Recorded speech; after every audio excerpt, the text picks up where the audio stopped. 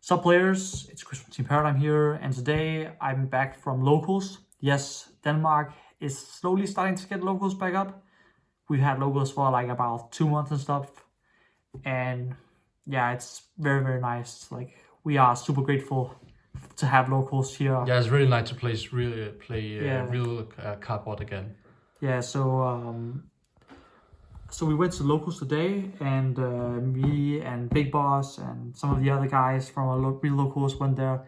And I ended up winning today with, not Guru of all things, but I ended up winning with Generator.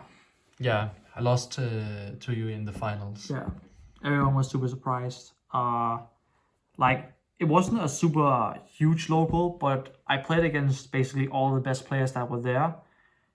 Round 1 I played against Shadon Vote, I 2'd him. Round 2 I played Madolce, I 2'd him. Round 3 I played Infernoid, I 2'd him. And then last round against you, I ended up going 2-1. So yeah, I only dropped a single game against you. That was the only game I dropped. Yeah. And yeah, so let's just get straight into this list. So I play this deck pure. I think all the other versions suck. Like, the Gearsu version is more canon-y. Yeah, let's just get straight into it. So, best card in the deck, Triple Opter, or best monster in the deck. For those of you who don't know what this card is, it's basically a lone Fire Blossom for every generator, and it boosts all the generators with 1,000 on my turn. Also, just a little disclaimer for all the guys saying play Gearsu. We don't have the Trishula fusion here in Europe right now. Yeah, that's another reason why I wouldn't play it. But I mainly won't play it because I think it's way too glass canny and you lose way too hard to hand traps than like a pure list or like just anything. I think the invoked is like, it's not as flexible. I think like pure is definitely the way to go if you want to play this deck competitively. I think the other versions just aren't very powerful compared to this.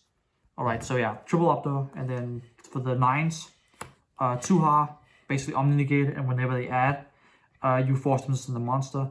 2 Hela. I play 2 Hela because it's how you grind in this deck, and that makes you so you don't need to play multiples of all the others. And the reason why you play these is because 2 is because they are bricks and you never want to play 3 of them. And then for the other 9s, we play 1 Mardell, the most expensive card in the deck, but she's the worst card by far in the deck to draw. Basically, what she does is on summon, she adds any generator card, so she just helps with consistency. And then I play 1 Garda. This is basically ABC Dragon Buster on legs for this deck. The dream.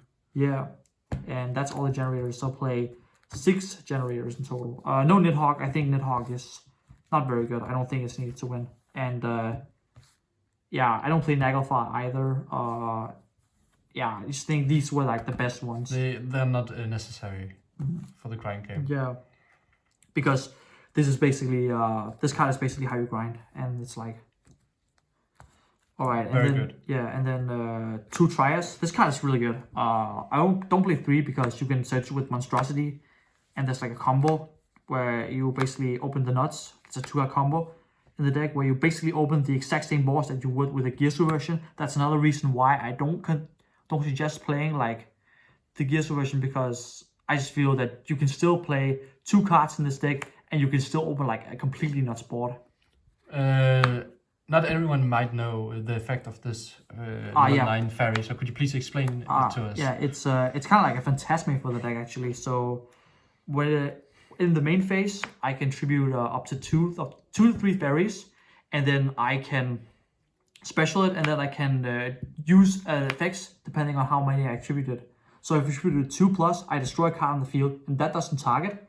And if I drew, or if I attribute 3, I draw 2 cards. And you can do it from the you can special summon it from the grave too. Yeah, so if you detach it as material, it's very good. And then another thing is that it all activates in hand like the True Kings, so they can't Veil it and stuff like that. And then another thing here is that if you attribute 3, you get both effects, which is insane. So you get to pop 1 and you get to draw 2 cards, just digging deeper into your deck. But again, a reason why I'm playing 2 is because you can search it, and it's nice to draw, but it's pretty bad to draw when you don't have the field spell to back it up. And then some hand traps. Best hand trap in the deck, 3 Gamma and a Driver. Just ensures all your field spells go through, and you can use it with Lobster and stuff like that. It's pretty good. And then triple Ash because it's the most generic. 3 Veiler because it's not once per turn. 2 Mono for more Veilers. No Imperm because of Gamma. And yeah, it's just pretty good if they are low on life. So Mono stopping my Faker every time. And yeah, you can use this in a lot more situations than yeah. Veiler because you use it in like different phases. Yeah, and you can use this in like whenever you want to, even on your opponent's turn. And that's it for monsters. For spells, best card in the deck, 3 stage. Every time they add special 1 from deck, and then when you special 1 during your opponent's turn, you get to special as many tokens as possible. Broke. And this card is not a hard once per turn, which is pretty nice. And then 3 extravagance because the extra deck is kind of irrelevant. 3 call because you really want to see like you really want to ensure that you don't get ashed or ogred or veilered or anything. And then 3 monstrosity. So I played 3 of this because there's like a 2-card combo with this card. And if you open it, it's basically just game every single time. And then it also just helps you if you draw like level 9s. If it just makes VFD and it makes VFD, and then it just gets like Trias in the grave if you have like Har, and it's an amazing card. You should always play 3 in my opinion. And then other cards, 2 boss quest. So in real life I will play 2, but online I will play 1. But this card, it basically says that I can reveal a generator in my hand, and then I can add 2 generator spawn traps from a deck to my hand.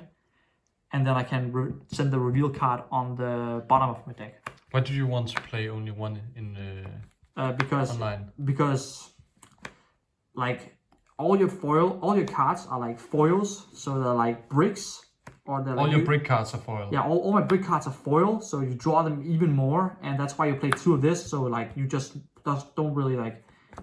Yeah, so the RNG on the online is better. Yeah.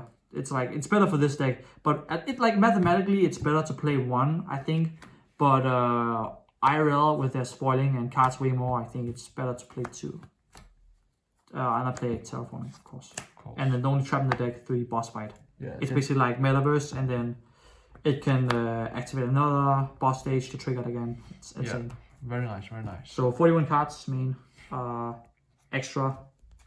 So 3 BFD. Of course. It's like, if you resolve this, you win. 3 Antibladnia. It's just removal. It can, it's the only thing you make if you play against back row, and you can make this when you go first. And yeah, it's like the best rank 9s. And then 2 Earth Slicer. This is because it's removal, and then it can, like, let's say if you battle a lord, and then if you beat over a lord, you can attach the lord directly under it, so they can't float with it next turn, which is insane. And then you can just it just keeps getting more materials, and then you can just detach them to pop more cards. It's really, really good. And then Jormungandr, you rarely make this, but it's very good with Har when they add, and then it just makes you hand loop for 2. And it just helps you draw into hand traps as well, which is really good. And it's just a big beat stick. But I wouldn't play more than 1 because you rarely go into it. 9 Lives Cat. I have never made this card, but it's in theory very nice. And Hela can revive it because it's a zombie. So that's alright, I guess. And then for targets for Gamma, Omega, obviously. Draco Berserker, if this is banished with Extravagance. Lambda, if this is banished with Extravagance, or you just open like triple Gamma and you want to resolve another one. And then 2 links, Phoenix, Unicorn. You rarely go into these, but this sometimes comes up. Yeah. And then tokens. Very nice, very nice. And for the main side deck, 3 Nibiru for combo decks. I never used this today, but in theory it's good. 2 Ogre. I used this, and it was alright. 1 Pangosops. It's like the most versatile side deck card because you can side it in going second against every matchup.